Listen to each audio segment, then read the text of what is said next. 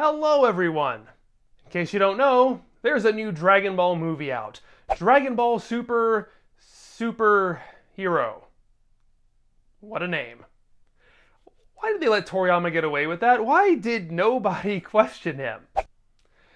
Anyway, it's currently only out in Japan, but it is coming to theaters in the States in August. According to their website, there will be both dubbed and subbed showings.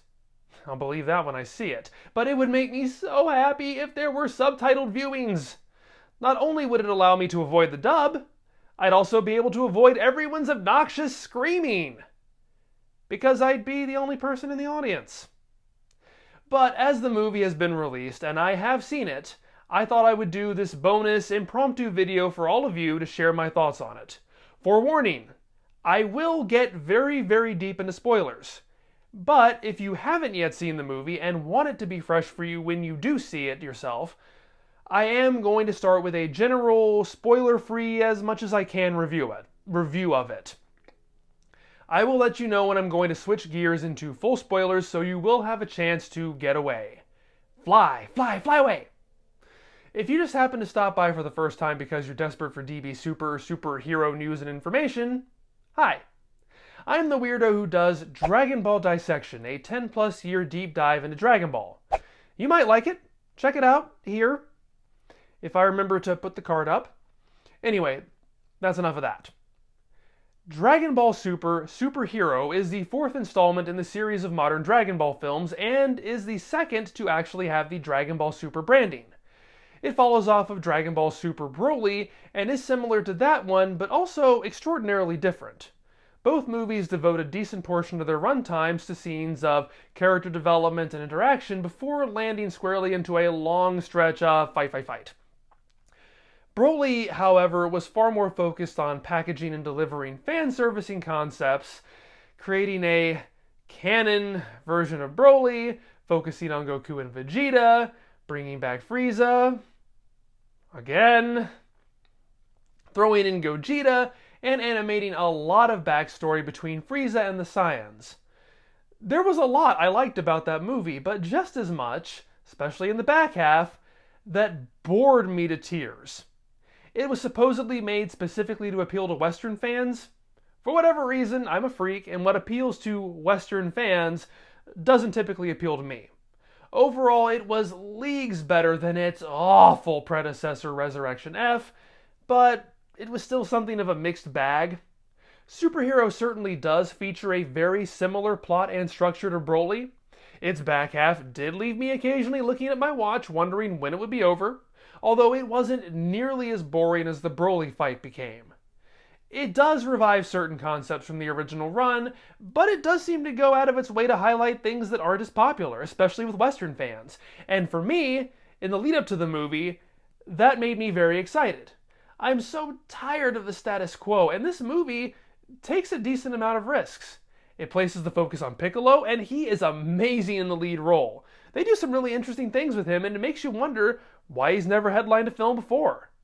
Goku and Vegeta only appear briefly, although not briefly enough. That does allow for a somewhat wider variety of character appearances, some of whom seem superfluous, but others might be novel enough that it outweighs their relative lack of utility. There's a far greater emphasis on humor, even when it comes to the action. The heroes are funny, the villains are funny. It's a really cute movie. I would have liked it just for Pan alone. However, if you are here for the big, giant action pieces with a literally big piece of fan service thrown in just 'cause, that is still here. It's not as big a focus as it was last time. To me, that's a positive. For you, it might not be. Conversely, if you're like me and just wanted a full movie of Piccolo and Pan having cute adventures together, it's not going to go nearly as far as you want it to. It edges away from this modern formula without actually breaking from it in any meaningful way. In general, though, I really enjoyed it. It might be my favorite of these 4 modern movies. Battle of the Gods would be its only real competition, but it's been so long since I've seen it, I really couldn't say for sure right now. Resurrection F is so far below any of the rest of them, though, it's not even funny. I highly recommend seeing it. It has enough of a mix of action and humor that it should appeal to a wide cross-section of Dragon Ball fans. Tickets go on sale next month. I will put a link to the official website in the description. I certainly plan to see it again when it comes to the States. Okay. Clearly I'm struggling to discuss this without spoilers, so here we are. I'm going to dive in more deeply. If you want to escape, now is your chance. Spoilers are coming, and they will be here for the rest of the video. This is your last chance. You better leave. Get out. Don't blame me if you hear something you don't want to. Bye! Alright, I don't know exactly how I want to structure this. I have other videos to work on, so I'm mostly winging this. Let me go ahead and start by talking about all the things the movie does repurpose from the series. Let's just get that out of the way. If you've seen the trailers, you know this is based around the Red Ribbon Army. As much as I like that arc, I'd probably be happier if they'd stop bringing old things back at all. It is funny to me, though, that even Toriyama admits they weren't popular, but he's brought them back twice now. Even so, just like the last time, it's more or less brought back just in terms of its name rather than any characters, since they're all dead. The current Red Ribbon Army is actually being fronted by Red Pharmaceuticals, which would probably be a better front if they didn't use an almost identical logo. Red's son Magenta is the new leader. He's also short and smokes cigars. He has a much taller aide named Carmine. Carmine's pretty fun in that he greatly enjoys making video presentations for his boss to watch. There's something cute and wholesome and something I can certainly relate to about that. They recruit the recently released from jail Dr. Hedo, who is the grandson of Dr. Gero, in order to create more artificial humans. Dr. Hedo's a fun character. He's done some unethical mad scientist things, but he's not really a bad guy. He's really big into superheroes, and he refuses to help the Red Ribbon Army take over the world. Here's where we get to the problem, though. Ultimately, Dr. Hedo admits that he just wanted the funding and would have gone in with Magenta no matter what. However, Magenta lures him in by claiming that the Dragon Team are actually the bad guys. Bluma recruited a bunch of aliens, they gave her the tech for Capsule Corporation, they're planning to take over the world, so they need Dr. Hedo to make superheroes to save everyone. And that's certainly a cute idea on its own, but that has been the Dragon Ball story going on 4 years now. That's the same plot as Broly. Frieza recruits Broly under false pretenses to kill Goku and Vegeta. It's the same plot as the Granola arc that's still going on right now. The Heaters recruit Goku and Vegeta under false pretenses to kill Granola. Two sides being duped into fighting before figuring it out is the only plot there is anymore. And this one does it better than those other two examples, especially the latter one where Granola is the stupidest person I've ever seen, but it is getting tiresome and it's rather sad that this one comes out after those. Here's the returning element I was dreading. Thankfully I hadn't been spoiled on it, but I still worried they'd do this. They bring Cell back. Kind of. Actually, it's funny. As much as people who aren't me seem to hate the 11th Dragon Ball Z movie, it really blows my mind they'd go the Bio Broly route with this. Cell doesn't actually return here. Instead, Cell Max is just a giant robot who looks like second form Cell. I almost can't help but be tickled by them just going the most unpopular route.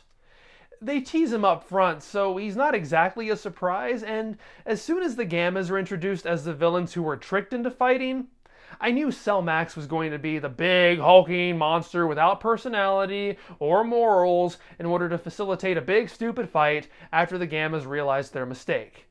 He's functional. He's not interesting. He is better than regular Cell in one respect, though. He can't regenerate. That made me so happy. When his arm gets knocked off, it stays off. His weak point is his domed head, which becomes increasingly damaged over time, as well as provide a tangible target that has to be destroyed. I can't tell you how much that helps the pacing to know what the objective is and to have visual markers that show you how far along the fight is. Yes, in terms of a thing to be punched, Cell Max is better than Cell. The Gammas are a lot of fun. They're not great characters, but they're okay. I wish they got more screen time outside of their fight at the end. They tend to be more background events, doing stuff in the background while other characters are talking. I certainly do like the idea of them. I think the funniest thing is when Piccolo fights number 2 for the first time and he says, "Where do those letters come from?" In the grand tradition of superheroes, they have onomatopoeia sound effects behind them, a la manga or 60s Batman. It turns out they aren't just a stylistic device for the movie. They actually physically exist in the world. Dr. Hedo designed them that way, and having Piccolo eventually question it is such a funny reveal. I love it. There are a lot of great gags with Piccolo. My favorite is certainly his lack of comfort with technology. He has a cell phone, which he uses a lot, and he always holds it like this, just as gripping the top edges with his fingers. It never gets old for me. He has to fly a red ribbon plane at one point, and he does kind of the same thing there, like gripping the steering column in this really awkward way. His phone has a case on it, which is this really cute cartoon cat. It's never stated in the film, I don't think, but it's implied that Gohan or Videl gave it to him because there's basically a running gag that they give him useless stuff as thanks for helping out with Pan. Videl says she'll make food for him and he has to remind her he only drinks water. Then she says he'll give him a stuffed animal and the camera pans to this corner showing a pile of identical stuffed cats. Later on, Gohan makes the same offer, and this is probably my favorite moment. Piccolo whips around and yells, "No! When did I ever say I liked those?" Basically, the idea for the movie is that Piccolo finds out about the Red Ribbon plan, but he can't get in touch with Goku and Vegeta, so he has to figure out how to handle this on his own. It's a lot of fun, but it's also where the movie starts to drag. Yes, there is that power-up thing. That's basically his plan. Orange Piccolo. And it's the most unsatisfying thing. He goes to Dende because he thinks Dende can unlock his potential like the Grand Elder did, but apparently Dende's not old enough. But he can upgrade the Dragon Balls. And it is funny because I was just joking about that in Dragon Ball Dissection a couple of months ago over how it's apparently so easy to do that. They just don't until they decide to do so. And so Piccolo wishes to become stronger, which is also like the granola arc. But there's nothing satisfying about Piccolo wishing to become stronger. Who cares? They try to minimize it by throwing in the jokes about Bluma wishing for a butt lift, and hey, at least they remember this time that there are multiple wishes. And the fact that Bluma is constantly making trivial wishes is even funnier if you want to take GT into account. But Piccolo, or anybody having a new transformation, is just so boring to me. And having it come into existence this way is just the least interesting way you could do it. What would have made this section of the story better is if Pan had been in it more. I've made it clear over the months that she was what I was most excited about. I loved her design, I loved what they teased her in the trailer. I'm pretty sure I went on record saying if this movie had just been her in kindergarten the entire time, I would have loved it. Unfortunately, after that awesome trailer scene, they send her off to kindergarten, so she's gone for a huge chunk of the story. But if Piccolo had been babysitting this whole time and had to take her with him on all these visits, sneak her into the RRA headquarters, that would have energized this somewhat slow section a lot better. I just want more Pan in this movie. And she eventually does play a big role, but not nearly as big as I wanted her to. Piccolo's secondary plan is to coerce Gohan into becoming the strongest. So in his capacity as a disguised Red Ribbon soldier, he pretends to kidnap Pan, and she's in on it too, which makes it great. In her hostage video, she is pretending to be afraid. All of that is a lot of fun. However, she is used to pay off certain things later in the movie, which don't really resonate given how small of a role she ultimately has. Like, it's established at the beginning that she wants to learn how to fly. I don't know if we're ignoring the episode of Super where she flies as a baby, or if that's meant to be interpreted as something she did unconsciously and now has to actually learn. She gets into a spot of danger at the end and Krudin tells her to fly, and she flies. It's brought up once prior to this. It doesn't work because there's not enough emphasis on it. And it's the same thing at the end, too. They end the movie by her showing off her flying, like it's this huge deal. It's just too minor a thing to hinge the ending of your movie on, given how little emphasis it has. In other words, as you'll see in the next DVD, it does not begin to measure up to Vidal's animated first flight. As I said, more Pawn would have improved the weaker aspects of the film. She's amazing. Gohan is here too. And I will say, this is my favorite adult design for him. The hair is floppy, his eyes look like Gohan and not stupid McStupid Ultimate Face. The glasses actually look good on him. This is best Gohan. It is really wasted potential to me for this to be called superhero, and yet there is no great Saiyaman. Why would you even do that? Instead, Gohan gets a transformation, and it's the ugliest thing I've ever seen. I don't remember what it's supposed to be called, but I call it Last House Gohan because it reminds me of the first Last House DBZ episode after Goku becomes a Super Saiyan, where his hair is as tall as half of his body. That's what this is. Gohan has hair that's like 3 feet tall and it looks ridiculous. I am so tired of new transformations. I hate them. I hate all of them. We don't need any more transformations ever. Transformations were a mistake. There, I said it. With Cell Max, the movie really does try to resurrect all of the iconography, so you get Gohan's transformation triggered by a little beam going behind his head, the final move launches a beam that you can see from space. It's all the stupid little fan service stuff that does nothing except trigger nostalgia endorphins because it reminds you of a time when you were a happier person. Finally, while Goku and Vegeta are relegated to cameos, that cameo is way too long. It's a series of scenes that has to be about 10 minutes, which, given it has nothing to do with anything, is far too much time to spend on pointlessness. Given that it's placed right where the Piccolo stuff starts to drag, it's even worse. It could have easily been cut in half. It should have at least been cut in half right as Goku and Vegeta start to fight, but no, we have to see that too. Even though it contributes nothing. There is a post-credit gag where Goku admits defeat, and it's funny seeing Vegeta preen over winning a pointless sparring match. Would have been funnier if we hadn't had to watch it as if it was important. I'm sure there are many other things I could go into detail about, like Goten and Trunks, but that more or less covers my initial thoughts. Like I said in the non-spoiler parts, I really enjoyed it. My oft-repeated problem with Dragon Ball Super era Dragon Ball is that it introduces tons of great ideas and does nothing with them. With this movie, where it does falter, I can at least say it introduces tons of great ideas and does something with them. It doesn't always do as much as I would have liked it to, but at least it accomplishes something.